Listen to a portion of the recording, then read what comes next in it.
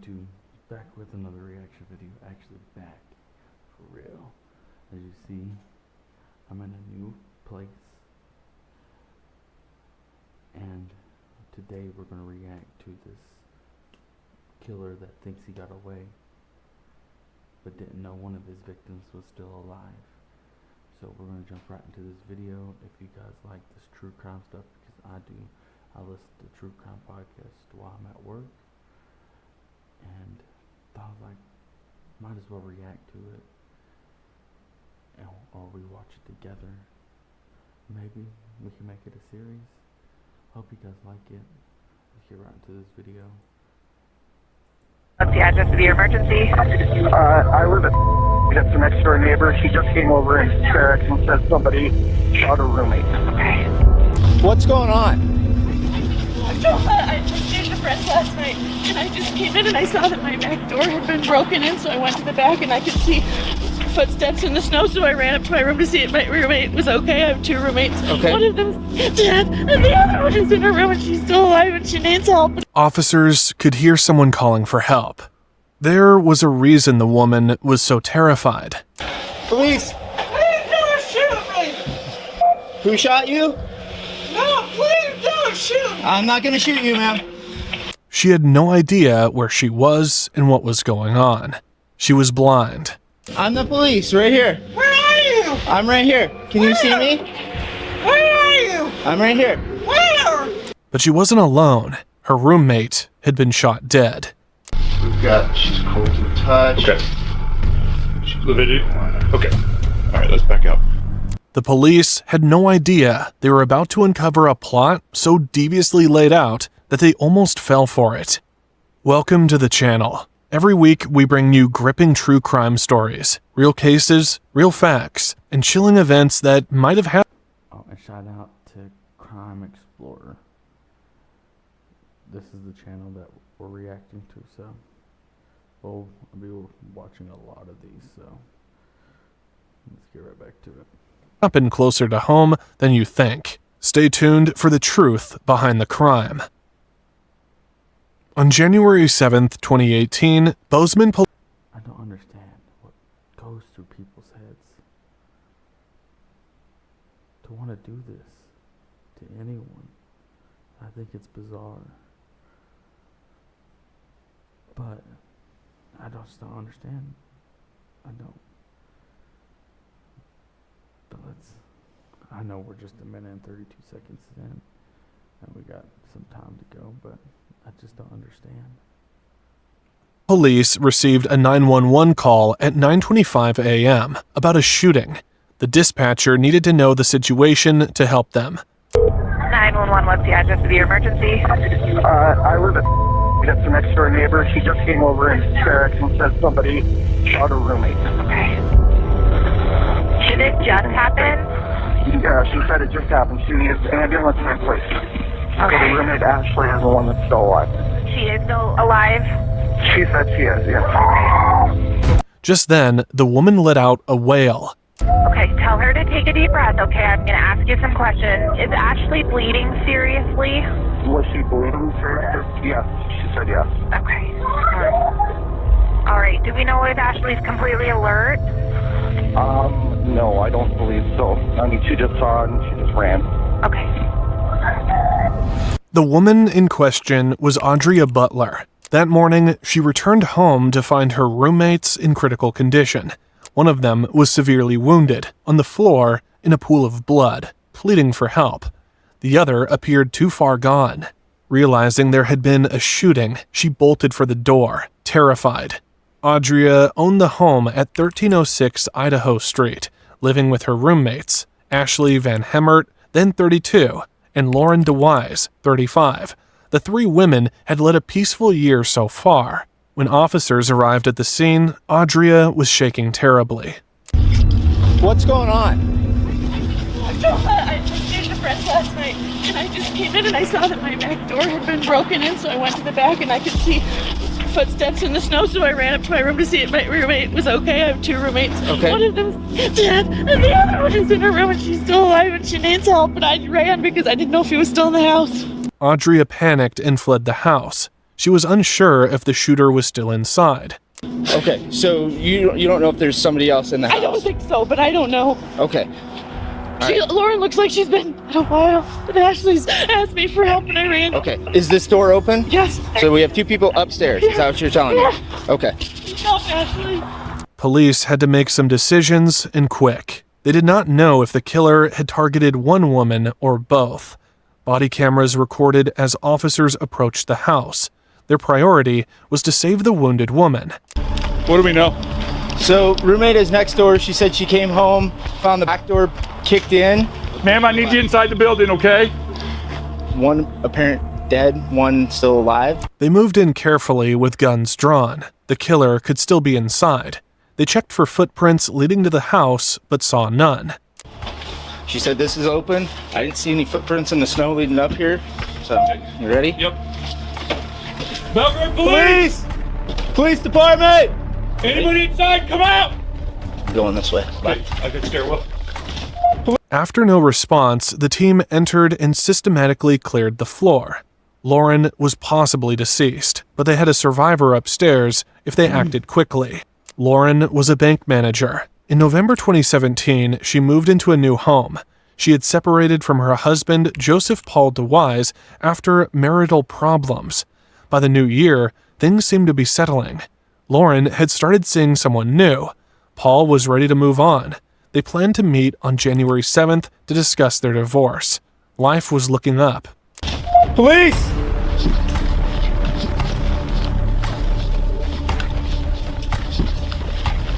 Got 326. Kitchen clear. All right.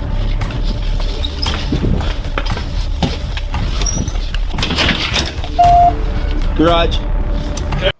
These police ain't playing no games. Jesus.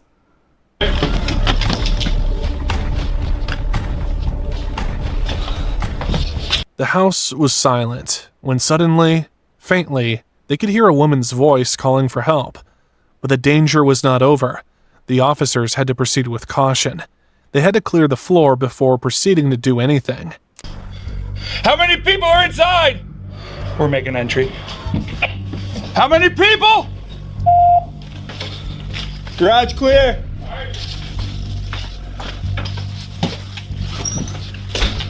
Up the stairs.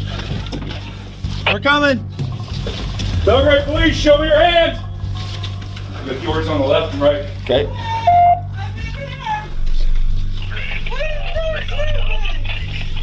We've got, she's cold to the touch. Okay.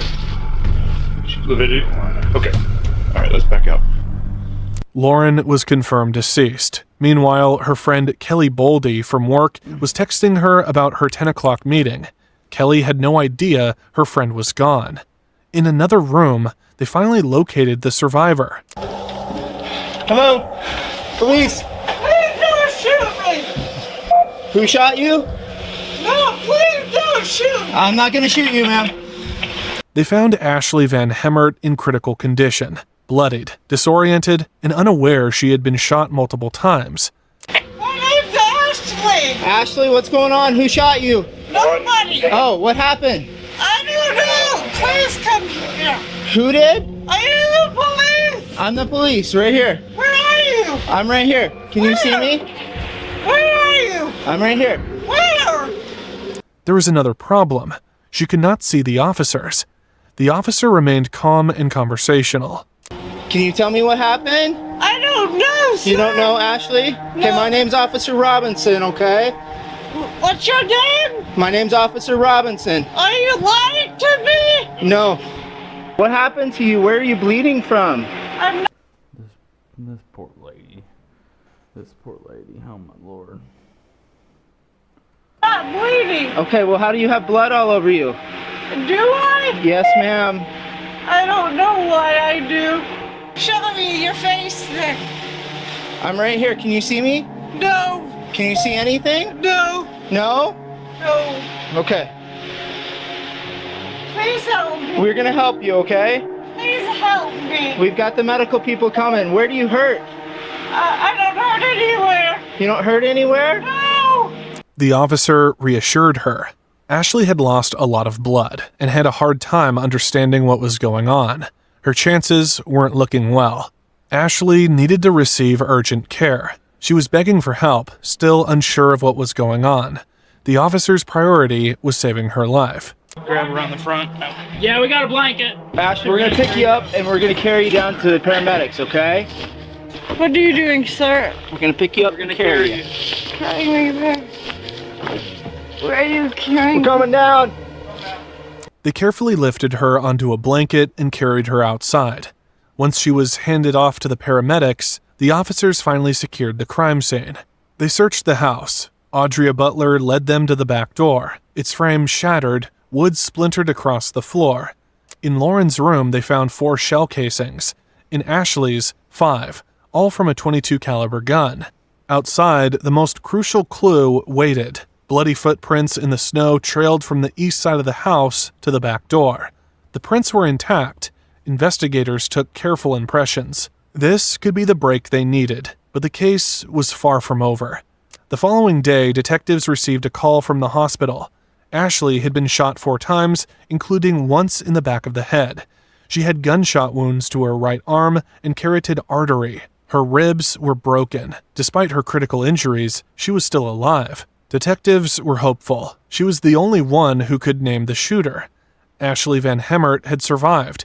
She was out of danger and ready to talk. A gunshot to the back of her head, wounds to her right arm and chest, broken ribs. She had endured it all, but she was alive. Detectives approached her carefully. They needed answers. So obviously you know we're here to talk to you. Yes, I do. Yeah. That is crazy that she's still alive. Not saying anything bad, but like, after being shot in the back of the head and everything, that's crazy. It's a miracle. Yes. And we're gonna have some questions, but mostly we just want to hear what you have to say. Okay. Just starting out, Yes. and I know this is kind of a tough question, but can you tell me, do you remember anything at all? When I got shot? Mm-hmm. No. No. I remember waking up in the hospital. I don't really remember actually waking up in the hospital. I remember kind of doing the I love you sign to my brother when I was, obviously laying in the hospital bed. But no, I do not remember being shot at all. Ashley struggled to remember. A gunshot wound to the head can cause memory loss, confusion, or even unconsciousness. The brain may block out the traumatic event as a defense mechanism. Shock and blood loss can also cloud memory. Or however many times they shot me. I think they got me in the shoulder, and I think in the elbow too. Obviously the head. Well, yeah, you're a lucky gal, but everything that I've heard so far is, you're a fighter. It's a miracle I'm alive. I thank God every day. She had no memory of the shooting. Detectives pushed gently. They asked about the night before. They hoped to trigger a memory. They pressed for details. Did she remember the drive? Any conversations? So Saturday, this would have been before I got shot, obviously, the day before I got shot. We went to a place in Livingston. It was a hotel. And you said Ralph drove you home? Yes, he did. Can you tell me, do you remember anything from the drive home? I don't remember a whole lot, no. Maybe if you ask me a more specific question, I might be able to answer. I don't know. Do you remember any conversations that you guys were having? Not really specifically, no. Police zeroed in on Ralph, the last person to see Ashley before the shooting. Things weren't that steady with Ralph and Ashley, according to family. The officer deliberately gave Ralph the impression that he was linked to the crime scene to get some quick answers. He and Ashley had begun dating in December of 2016. So, Ralph, I'm a detective with the sheriff's office, and I did some of the processing of the scene at the house. Mm-hmm. And so I have some information and I have some questions about stuff that I saw there. Mm-hmm. Understood. So tell me, when did you guys start dating? Roughly December last year, so a year and change ago. Okay. Just over a year. Okay. And how do you characterize your relationship with her right now? We've been attempting to break up with each other for several weeks, and pretty much this week we decided together that it was the right thing to do, is to not date each other anymore. So, their relationship was falling apart. There seemed to be a hint of a motive, but the officer was careful. Ralph was answering everything calmly so far. The detective pressed harder. The question is Ralph the killer? There appeared to be no signs of deception, no nervous gestures. Despite the nervous laughter, he was completely cooperative.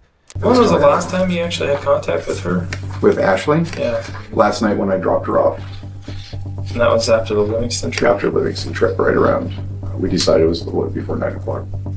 What time did you go to bed last night, Ralph? Pretty much, I'm going to say, look at my phone, that's how I do everything, but I said goodnight to Ashley and I was up for a little while longer, maybe an hour. So you're thinking around 11 o'clock when you went to bed? Thinking so. Did you go anywhere after? No, I stayed. Did you attempt to kill Ashley? No. Did you attempt to kill her roommate? No. Have you been in that house last night? No. Do you believe me? Why not? You gotta ask. Would you be willing to let us dump your phone to Yes. retrieve your GPS locations, Yep. that kind of stuff off of your phone? Yep. He agreed to everything without hesitation. The detectives took his phone, collected a DNA sample, and sent everything for testing. When the results came back, there was no doubt. Ralph hadn't been inside the house. He hadn't attacked anyone. He wasn't the perpetrator. The real suspect was still out there. If Ashley wasn't the suspect, it could only mean So it wasn't Ralph. Lauren was the intended target. And just like that, Audria opened a whole new door for them. We went golfing once this summer. Okay. Well, she actually had worked out at my gym. I'm a personal trainer at Big Sky Barbell, and she had come in one day and I saw a bruise on her, and I remember saying, "Dude, what happened to your leg?" And she said, I just ran into something. And I said, 100-mile-an-hour softball? What happened to your leg? She just dismissed it. A couple months later, we were golfing, and she said they had lived here about a year, and she said, I can't believe I've never told anybody this, but I think I need to leave Paul. He beats me all the time. And Lauren had been married to Paul DeWise. They had a 4-year-old daughter together. Paul also had 2 kids from a previous marriage. At first, they all lived under one roof, but things didn't stay peaceful for long. he used to contact me every day, and one day would be, "You ruined my life," to, "I can't believe you're helping my wife," to, "I'm so sorry, this is all my fault, this has nothing to do with you, you did nothing wrong." I mean, he's got a schizophrenic chain of messages that I never responded to. Paul accused a female coworker of being attracted to his wife. He had a problem drinking and gaslighting his wife. Lauren left the house in 2017, even walking out on her 4-year-old daughter. But she had a good reason. Paul wasn't just a bad husband, he was abusive. Lauren knew she had to escape. Her life was in danger.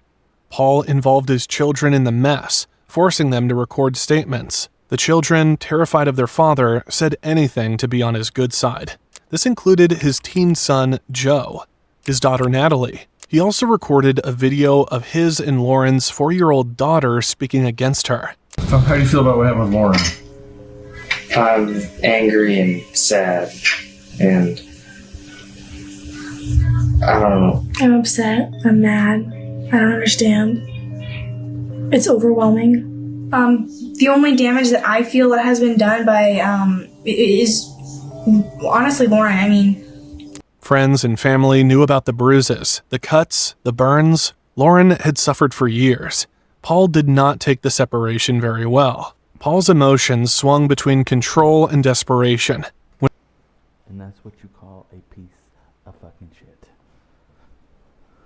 When Lauren responded, he calmed down. When she didn't, his fear of abandonment took over. I don't care what you did. I'm sorry about what I did. Just please come home. Paul discovered she was going out again. Manipulation. That is what manipulation is. If I've ever seen it, that is it. Again. Days later, he tracked her phone with a GPS service and began stalking her. He took photos of her at bars. That's just creepy. Why would you? Saving them for later. On November 14th, 2017, that fear became a reality. That night, he saw Lauren making out with a coworker, Kevin. Furious, he confronted her, took her phone, and sent Kevin angry messages. Less than a day later, he found her with another man, Brian. This man, Brian, fought back, punching Paul in the face. Humiliated, Paul snapped. Instead of begging Lauren to stay, he told her to take her things and leave. The next morning, he took his anger public, shaming her in a Facebook post and drunken video rant. His obsession was only beginning. His rant was full of self-pity and portrayed himself as the wronged, loving family man. Coincidentally, the day she lost her life, Paul had plans to meet her to finalize their divorce. But the events of the day were far more suspicious. On January 6, 2018, Paul tried to lure Lauren back into his life. He first texted her in the morning, inviting her over, but she ignored him. By the afternoon, he asked if they were still meeting the next day. Lauren's response was clear. She only wanted to pick up her daughter. Paul didn't take it well. He spiraled into desperation, begging Lauren not to destroy their relationship. She ignored him for hours before finally responding with a simple "no thank you" late at night. But Paul wasn't done. Surveillance footage captured him at a gas station just after midnight. Minutes later, he took a blurry photo of Lauren's home, proof he was watching her. His last text came at 12:58 a.m., filled with pleas for her to come home. Lauren never replied. The next day, she was shot. That was enough to make him a suspect. Now, they had to find Paul. It was time to ask him some questions. So is he the killer? Let's find out. Let's find out. Paul was a dangerous man, and the officers knew it. Given the violent nature of the crime, they had to be careful. They waited for the right moment, stopping his car at a traffic light. Weapons drawn, they ordered him out. He hesitated, but there was no escape. Step by step, they controlled the situation. Okay, open up the door. Keep both hands up. Open it up the Okay, go ahead and get out. This is not time to think. Get out. Hands up. Hands up. Walk over here. Keep coming. Keep coming. Stop. Get on the ground. Get on the ground. The arrest was swift, calculated, and without resistance. But the real challenge was just beginning. Paul's interrogation was tense. The detective was careful approaching the subject. He wanted a real reaction from Paul. So, the reason that I wanted to talk to you is there was some issues that happened over at Lauren's house this morning, and I just kind of wanted to touch base with you to see if you were over there at all, if kind of where you were this morning, that kind of thing. Paul certainly seemed calm and collected so far. Perhaps he had no idea.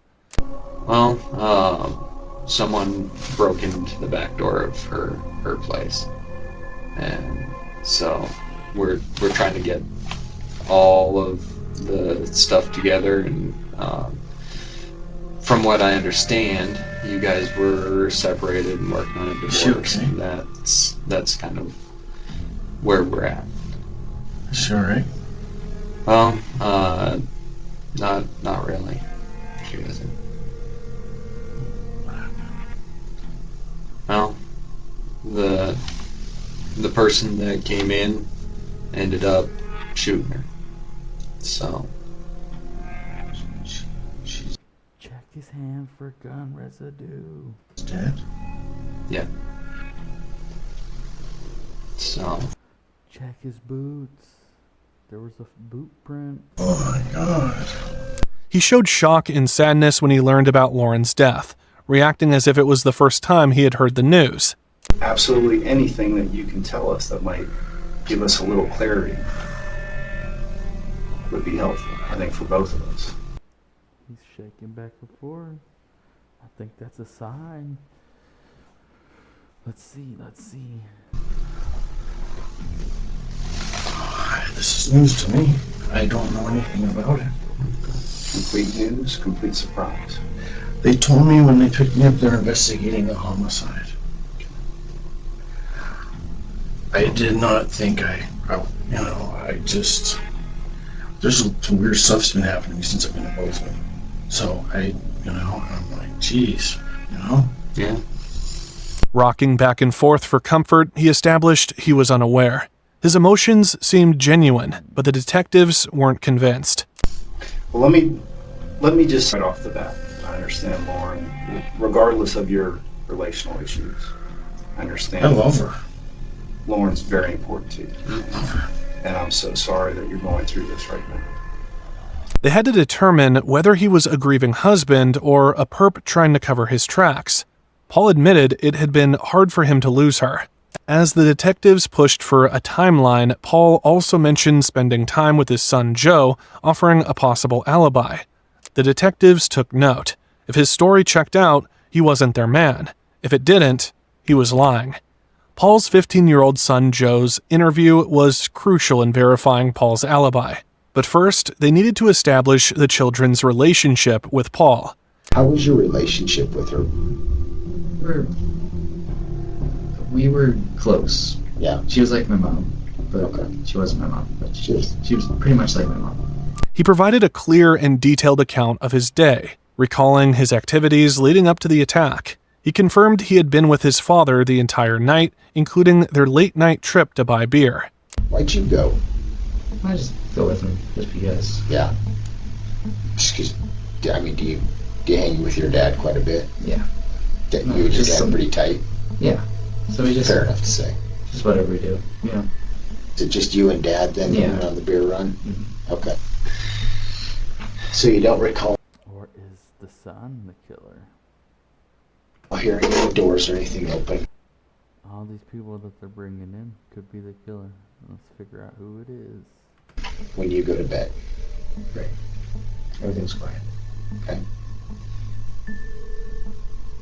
So it's important that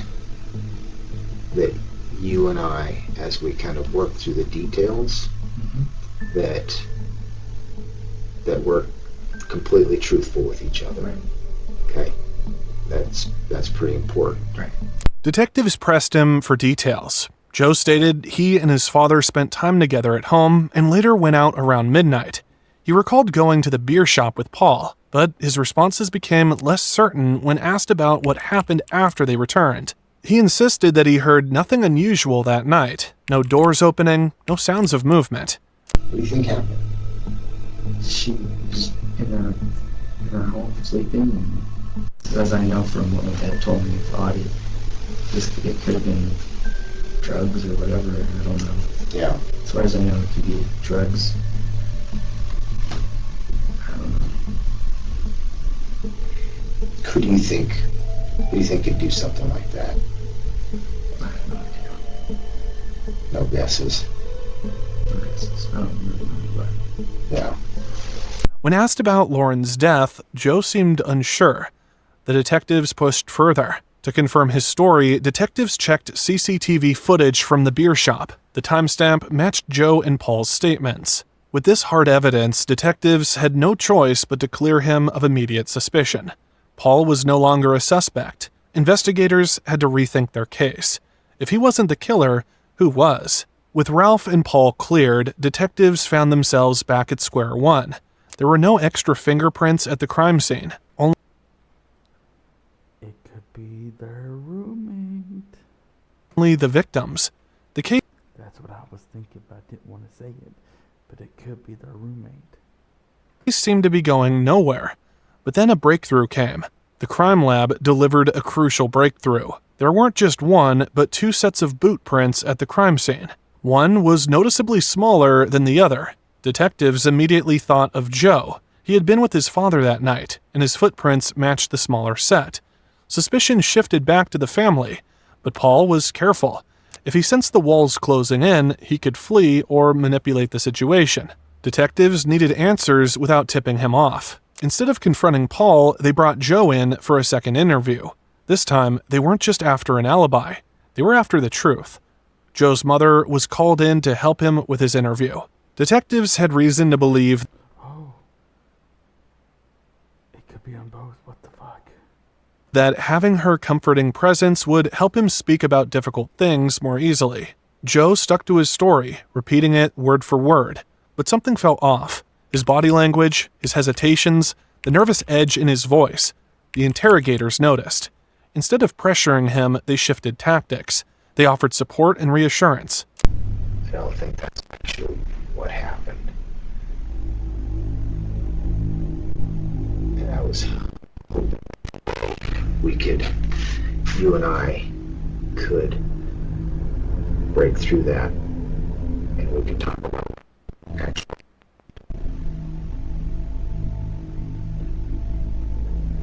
Because if I can't get you to be honest with me, I can't help you. And I don't believe that you're being completely truthful with me. And I don't know exactly why. Joe resisted at first. He started to crumble. But I'm not willing to give up on you. I think that we can get through it. Okay? I know that this is really hard for you to sit here. I know it.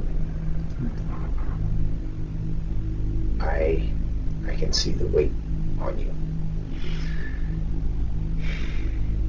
And the only way I can help is if you and I are honest with each other. I can't help. I can't do anything if you and I aren't honest with each other in here. Okay? No accusations, just a clear message. They knew he wasn't telling The audio is not this. It's the video. the whole truth. The interrogator reassured him. Then, slowly, he started to break down. He wasn't alone. Who was it? I don't know. After everyone, I sure as I had no idea. I had my boots on in my own house. Joe, we've got to be honest with each other. Completely honest with you. How did your boots that are at your residence, those same prints end up at the crime scene? Joe, be thoughtful, be truthful. I can't do anything if you and I can't be truthful. Was it just your dad? Say it, son. Joe. Come on, son. Joe. Come on, baby. Come on. Joe. I know you love your daddy, son. Joe. Come on. Come on. Son, if you know something, just say it. Joe was afraid. So afraid he lost his voice. In a whisper, Joe admitted it. Was it just your dad? Come on, son. Did he tell you to go to bed? And then what did he tell you?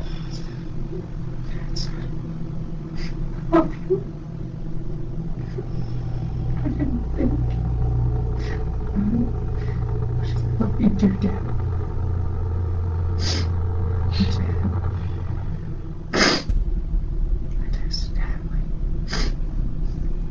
You knew what he was going to do. I did. I was stopped. But no, Daddy, you can't do that. You can only see you can't do that. You didn't tell me. Daddy stopped him. I would have stopped him. Was it you or him? Tell me. He had been there. He had known what his father was going to do. Paul wasn't just abusive to his wife. He was equally toxic to his children. Joe felt he had no choice.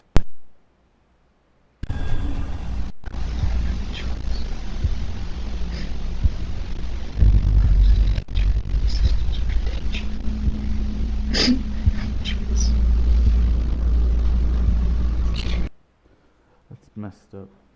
How can you do it to your son? I mean, like, make your son come with you. Make him feel that way. Doesn't sit right in my stomach.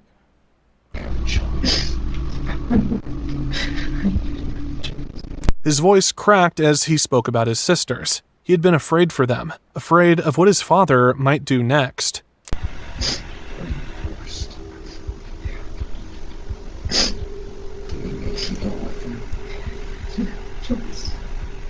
I was afraid for my sisters. I know you were. I didn't have a choice. I had to. The truth was finally coming out, but the question remained.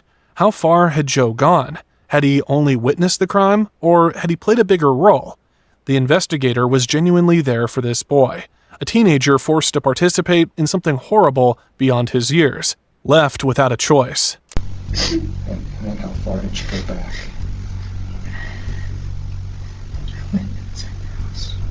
How far did you go in the house? Could you see the stairs? Could you see the stairs?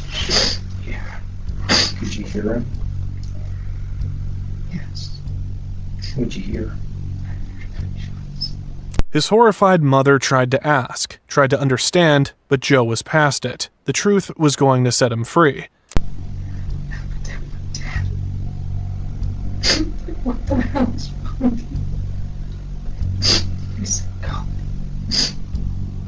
Go.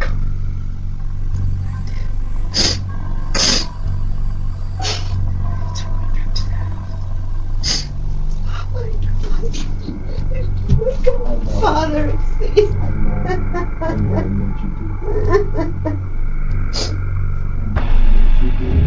His testimony in court told the entire story. He hadn't wanted to go inside, but Paul had forced him. Around midnight, Paul pulled out a small caliber pistol. He told Joe to follow instructions, and everything would be fine. Then he handed Joe gloves and a mask. Hesitant, Joe obeyed. He always did. They moved toward the back of the house. Their boots left prints on the deck as Paul kicked in the door. It wasn't Lauren. Paul was determined. He opened the first door in the hallway. Then what happened? He had his pistol in his right hand, and he opened the door with his left. And stepped dressed into the room past the threshold. And he turned on the light, and someone was in the room. The lady said, "Who the F are you?" And he responded with, "Who the F are you?" And he shot him 3 times. He didn't turn the light on, and I heard my stepmother gasp, and he shot her 2 times. He was terrified, cut off, gasp. They went back to the car and headed off into the night. Paul stopped at a town pump, tucking the pistol into his waistband before heading inside. He returned with a 6-pack of beer, acting as if nothing had happened. At home, Paul threw away his boots and ordered Joe to dump the smoke grenades and .22 ammunition at Bozeman Pond Park. Joe obeyed. Detectives would later find the discarded items, linking them to the crime. That night, he drilled a story into Joe's head. They had been home, watching TV. If Joe said otherwise, there would be consequences. Joe had grown up fearing his father, watching his sister suffer under his control. Police found .22 caliber ammo and a matching magazine in Paul's home, linking him to the crime. With Joe's statement and solid evidence, detectives secured his arrest warrant. Justice was coming. Paul was arrested on January 11, 2018, for Lauren DeWise's homicide and the attempted homicide of Ashley Van Hemert. Held on a $1 million bond, he was ordered not to contact survivors, victims' families, or witnesses, including his children. Within a month, he violated this order, calling his daughter twice. In a 12-and-a-half-minute conversation, he pressured her to convince Joe to take the blame, arguing that as a minor, Joe would be out of jail by 21. His manipulation failed, and he faced an This guy's a fucking idiot. additional felony. Joe would be out of jail by 20. Convinced Joe, calling his daughter twice. In a 12-and-a-half-minute conversation, he pressured her to convince Joe to take the blame, arguing that as a minor, Joe would be out of jail by 21. His manipulation failed, and he faced an additional felony witness tampering charge. During his trial, Paul tried to convince the jury he was being set up, that he respected Lauren and would never hurt her. But the jury wasn't convinced. It didn't take long for them to reach a verdict. Paul was found guilty of deliberate homicide for Lauren's murder and of the attempted homicide of Ashley. The judge sentenced him to 220 years in prison, without the possibility of parole. Joseph Paul DeWise had spent years controlling those around him, manipulating, intimidating, and instilling fear. But in the end, the truth caught up with him. The evidence was undeniable. The witnesses refused to be silenced. His desperate attempts to shift the blame only solidified his guilt. The cycle of control ended with his conviction. Paul DeWise would no longer decide anyone's fate. This time, he had no control, only the weight of his own sentence to carry. That's it for today's video. If you are a true crime fan and enjoy unbiased facts, hit the like button and subscribe to our channel. To Joseph Paul, we're going to end these videos like this. For Joseph Paul, I hope you rot, and you deserve what's coming to you. You're a piece of fucking shit. And this is part 1 of watching true crime or reacting with you guys, whatever. I hope you have a blessed night, day, morning, or whatever. This is Castle to World.